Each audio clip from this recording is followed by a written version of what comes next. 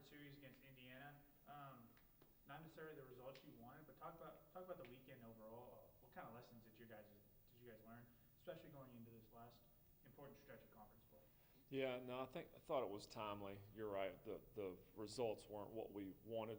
I think when you look at just the scores and just not finding a way to win a game on the weekend.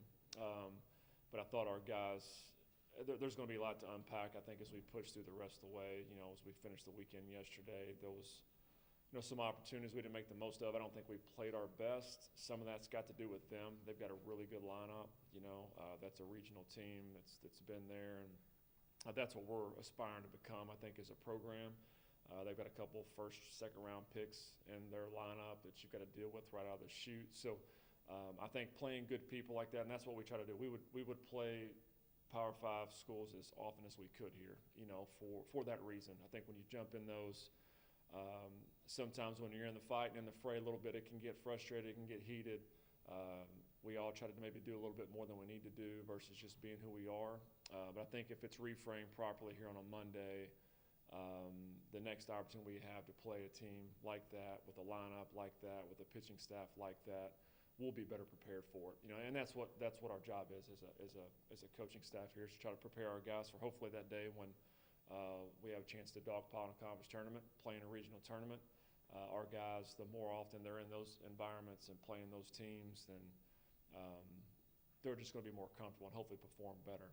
So there was some good things. I think as you push through, there were some things that we'll have to clean up, but hopefully the lessons will be absorbed in a good way as we push on to the end, because we've been playing really good baseball this week, or up until the weekend. So I think there's probably a pretty distinct line. Hey, when we do X, Y, and Z well, that we can't control, good things are probably going to happen when we don't. Like I've always said, man, if you don't play well, you're not going to win. So especially when you're playing some teams like Indiana. And, you guys put fights all weekend. Sunday, back and forth ball game. You guys take the lead two separate times. What does that kind of say about your team's kind of fight, that they could have just already down 2 games, they could just roll into the Sunday and kind of, okay, whatever, it's a non-conference game. They didn't decide to do that. They still want to do No, that's not going to happen. I think we got a good group of guys, man. I think I've said this before, there's some fight. It's not always going to be clean. We've got to find ways to win messy games. Friday, it's 4-2, I think, after 4 or after 5. Chandler Benson, who's been phenomenal for us all year, he's leading the country in just strike percentage thrown. He's walked 5 guys all year. He walks 4, and which is an anomaly. I don't foresee that happening again. It just kind of bumped up a couple of those who were 2 outs, and they have a 3-run homer. So it makes it 8-4, on Friday night. Saturday, got down, did make some plays early. Went to the bullpen, non-conference weekend. We want to keep all of our guys 4 to 5 innings, on the mound, just to kind of give them a little break potentially before the back stretch of the year. So, and to get some other guys some opportunities. So I think that's going to be the key. I think as we push in the conference tournament, from my experience, you're going to have to throw some guys that may not have thrown as much, and we've had some injuries in the back end too. So we're certainly trying to figure that out. But I think the fight, the resolve, we led for the first 5 yesterday.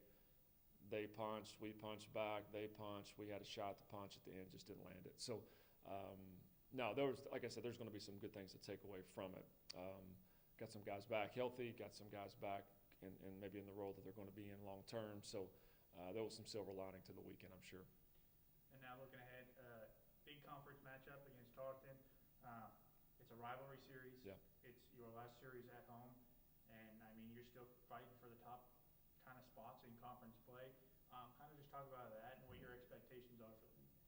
Yeah, it's a lot. We won't meet as a staff room, but it's finals week here. So there's a lot of moving parts. It's Mother's Day weekend. It's senior weekend. It's our last home series. We play 3 games this weekend, and then we travel to Tech, and then we travel to CBU, and then we travel to Mesa. So there's going to be a lot of stuff that's kind of jumbled up together here. So we got to do a good job of managing early in the week this week. But we're back. It's league. We got to win every game we play right now. I think that's our guys' mindset, and it has been for the last 3 weekends. So we didn't do ourselves any favors early, so that's fine. Our back's against it a little bit. Our guys have answered the bell to this point. We'll come out and try to do the simple things well this weekend here at home, and hopefully find a way to win on Friday night win on Saturday, win on Sunday. So, yeah, Tarleton, they'll always well coached. It's always a good competitive series and play those guys. I got a lot of respect for Fuller and how they operate there. So it'll be competitive, and it'll come down to who plays better. And talk about there's going to be some of your seniors. It's going to be their last game at ACU at home. As a coach, just what kind of emotion comes into that, and how tough is it kind of to try to balance that, especially when it's so important that you win these games? Yeah, well, I don't know that. Honestly, it's just more so knowing that the clock's ticking. Like time's undefeated. There's nothing you can do about it. Eventually, guys run out of eligibility. So we've got a special group of guys that are going to be leaving. So that's never I don't know. It's not an enjoyable experience to go through when you know it's ending, but it's also, you just like anything else, you appreciate all they've done for our program and to continue to elevate it in all forms and fashions. And we've got a good group that's going through it this week. So there'll be some different emotions tied to it, I'm sure. But hopefully we've got a lot more baseball past the weekend. But at the same point in time, we want them to enjoy their last opportunity to compete here at home in front of the crowd. And, I mean, you guys have dealt with kind of pressure all year, but you just kind of mentioned it. I mean, you got finals, you got your final homestand, you go up to California, and then you don't come back home. You go to Arizona. How important is it that you guys kind of handle that pressure, not freak out about, hey, this is a lot on our plate in such a little amount of time? No, we talk to our guys all the time about being pros. Like, you got to manage your time. You got to have systems in place to create some margin in your day. That starts in the morning and pushes through. So we've been talking about that since August 28th, our first team meeting. So our guys will handle that fine. The finals part, you never know how that's going to end up, but I think our guys are in a pretty good position. We've got some great academic people here that stay on top of that throughout the year. So this should be it's not as challenging maybe as it has been in 10, 20 years ago, man. There's people that help. There's systems in place. So I don't know. Our guys will have to navigate the stress of it. There's always that stress that overhangs. So we talk all the time and try to eliminate as much of that academic stress as we can so you can play free and on the weekend. So there'll be challenge this week, but we'll manage our practice time and it'll be more individualized the next 2-3 days, and then we'll jump back in together on Thursday and go. So I wouldn't call it. Our guys will probably enjoy it, man. Once school's out, dude, it's the best thing in the world. They just get to play baseball, So good times are coming. They just got to get through the tough finals week here and hopefully do well. In this Indiana series, the bats seem to have held up well, but pitching-wise, you guys gave up 29 runs in 3 games. Why do you think that was the case? Easy answer is they've got a tough lineup to navigate. I think when you look at it, that's the best lineup we've faced all year. Honestly, on Friday, the 8-4 game, I thought we pitched them fairly well with the exception. Yesterday, I thought we pitched really well. We gave up 2 3-run homers. That's the part.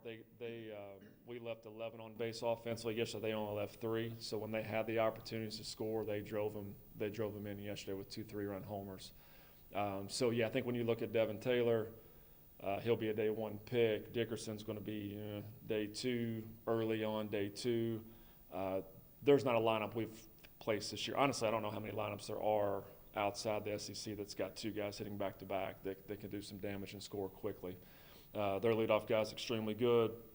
That's a difficult lineup to navigate through. I thought there was some pockets where we did well. Saturday kind of got away from us a little bit with 14 runs there. So we knew going in you're going to have to score 7, 8, 9 runs to win. We gave up 8, we gave up 14, we gave up 6, 7 yesterday at the end. So again, some of our starters, we kept there at that 5 inning. Like Cade was in a really good spot yesterday at 5 innings, I think 50-something pitches. But just from the long-term thing, playing the long game, we took him out. So now there's some guys that made the most of their opportunities. There's some guys that didn't. So that's our sport, man. There's always opportunities.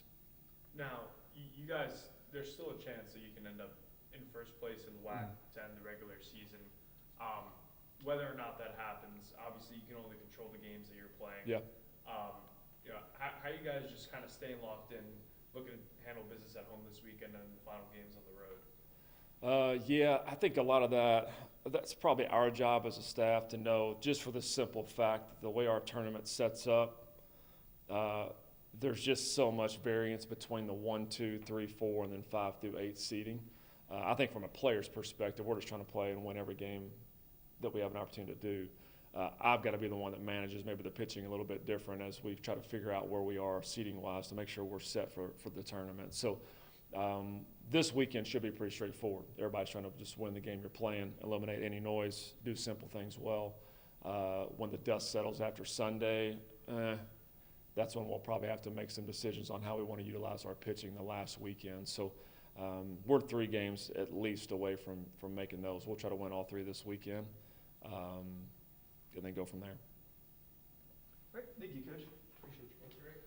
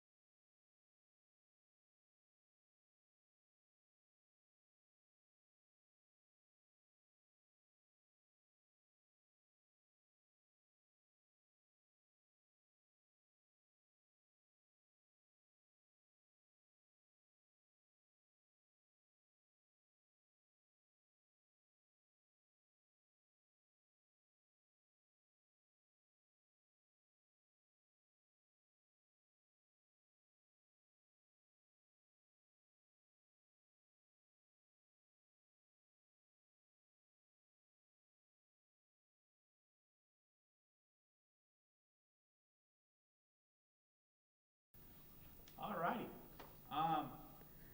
Wrapped up the regular season. I mean, you faced one of probably the best team in the WAC and maybe one of the best teams in the country in terms of winning streaks. Just talk about the weekend in general, what you guys learned, and just kind of talk about the games. Yeah, I mean, not the result you want. I really thought we had a good chance to win game 2 there. Just, Lena threw an incredible game. I think she hit 4 hits. One just happened to be a home run. And we had a chance, a couple early in the game to score, and we didn't. And then we had an opportunity to score late. And, it was a controversial decision at home plate, if you will, and didn't go in our favor. But, that's part of the game. You can't control it. Tough way to lose, of course. And then, we got to celebrate our seniors on Saturday, and that's always really important. So regardless of the win or the loss, of course you wish that you could win every game and send them out the way that they want to be sent out. But proud of how we competed that game in game 2, and even on Saturday, Lena threw well enough to win. We didn't make some plays, and then they just you can't do that against good teams. They'll just take advantage of it every time. So, but I think it sets us up for this week, and we're going to see them again. If we continue to win, so you're going to see them again, and it's kind of benefits us that we got to see them the latest. So we know exactly what to expect, and there'll be no surprises. Talking about that, I mean, you played the best team in your conference going into the conference tournament.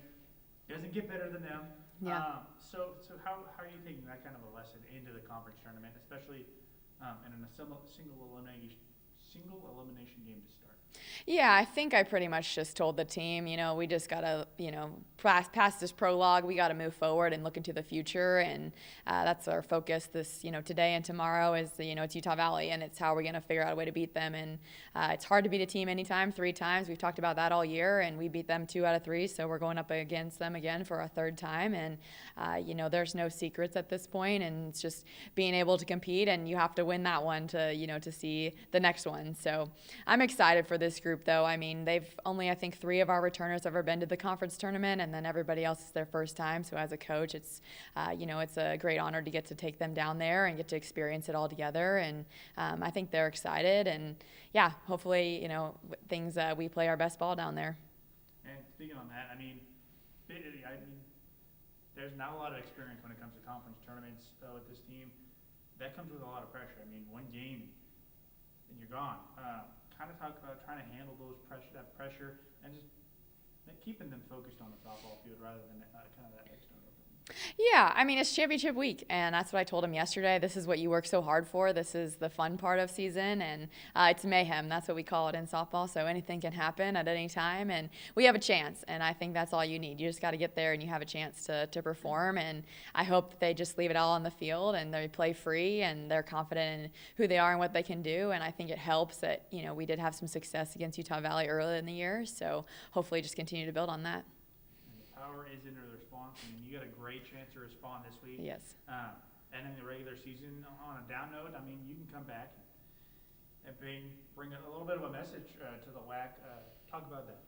Yeah, just excited for the opportunity. And like I said, we're going to take it one game at a time, but I think we're in a good spot. I mean, of course, you want to be in the top four so you get the bye, but even our side of where we're sitting, I think that we got a good chance to go a long way in it. But we got to take it one game at a time and can't look too far ahead. So you guys, at the start of the year, were picked to finish 8th. You guys are entering the tournament as the 5 seed. So defying expectations, defying gravity, whatever you want to call it. But what does it mean to do that for the program at this stage in your first year? Yeah.